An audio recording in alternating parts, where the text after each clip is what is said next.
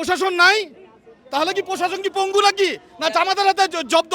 আমি যদি মারপিট করবে যেতাম তাহলে আর চাইতে পারতো না বাবা। আমরা পাগল অধিকার চাই, আর কোনো চাই না। পাগল পাড়ায় পাগল থাকবো মিয়া, আর কোনো কথা হইব ইনশাল্লাহ। পাগলরা একটু সিদ্ধি খায়, আর সিদ্ধি তো আমরা লালনে করছি, সিদ্ধি চাষ করার দরকার বাংলাদেশে।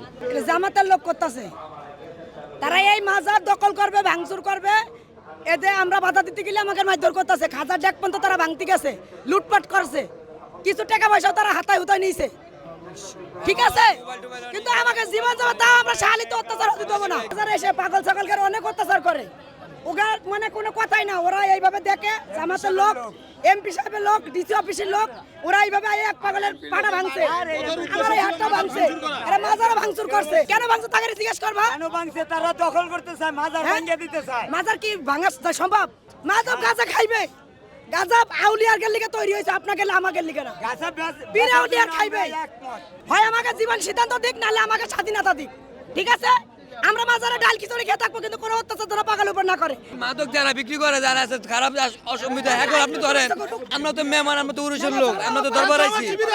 যারাই করে হ্যাঁ আপনার গান্দা বেচুক কি বেচুক, জামাত শিবির কেন এখানে ইয়া করবে? দেশে কি আইন নাই, প্রশাসন নাই, তাহলে কি প্রশাসন কি পঙ্গু নাকি, না জামাতের হাতে জব্দ?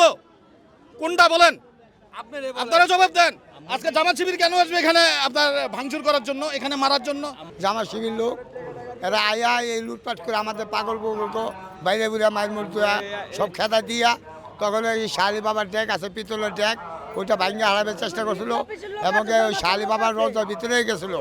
রোজার ভিতরে যাইও সেই টাকা পয়সা নিয়ে যাবে, তখন আমরা বাধা দিয়ে তখন আমরা মার ধুই করি হয়েছে। আমাদের কয়েক জায়গায় আঘাত করছে, এই দেখেন বাবা আমার পায়েও মাথা ভাড়া, পা ভাড়া আছে। তাইলে বাবা এইটা আমরা বিচার চাই বাংলাদেশ সরকার কাছে, যে মাজার পীর হলে আমরা পাগল কখনো মারপিট করি না, মারপিট করবে চাই না। আমরা যদি মারপিট করবে যেতাম তাহলে আর চাইতে পারতো না বাবা। আমরা বলছি আপনারা কারা, আমাকে এমপি পাঠাইছে, কয় এমপি পাঠাইছে, আমাদের এমপি পাঠাইছে, আমি কোন এমপি? 14 আসনের নেতা, 14 আসনের নেতা এমপি করে পাঠাইছে। এমপি পাঠাতে আমাদের বাবা মা দুর্গা বাবা আমার কষ্ট আছে বাবা। তো আমরা দীর্ঘ বছর ধরে দেখতেছি ওনার অবশ্যই ওনার আসে, কারণ এখানে দুর্দান্ত লোকজন আসে ওনার জিয়ারত করে অনেক এখানেই আত্মসমর্পণ করে, এখানে থাকে একদিন দুই দিন থেকে আবার চলে যায়। ওই ক্ষেত্রেও ওনারা এসে পরিস্থিতির শিকার হয় সাধারণ জনগণের, এর মতো হয়রানি আর কোনো কিছু নাই।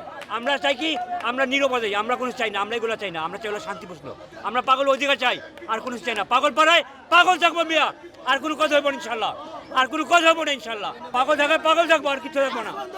এটা আল্লাহ উলিয়া থাকবো, কে থাকবো? আল্লাহ উলিয়া থাকবো না, এটা আল্লাহ জায়গা, সরকারে এরকম এটা গুজব জায়গা না, এটা জামাতের জায়গা না। কথা না, কোনো বাইবত না, হুড়ালা বিড়ানো, কানা না, ঘুরানা, মহিলা না, বুবা, সব খালি বিড়ান দিন। মাজারে 10টা লোক রাখি না, নিরীহভাবে অত্যাচার করছে এই পাগলদের উপরে।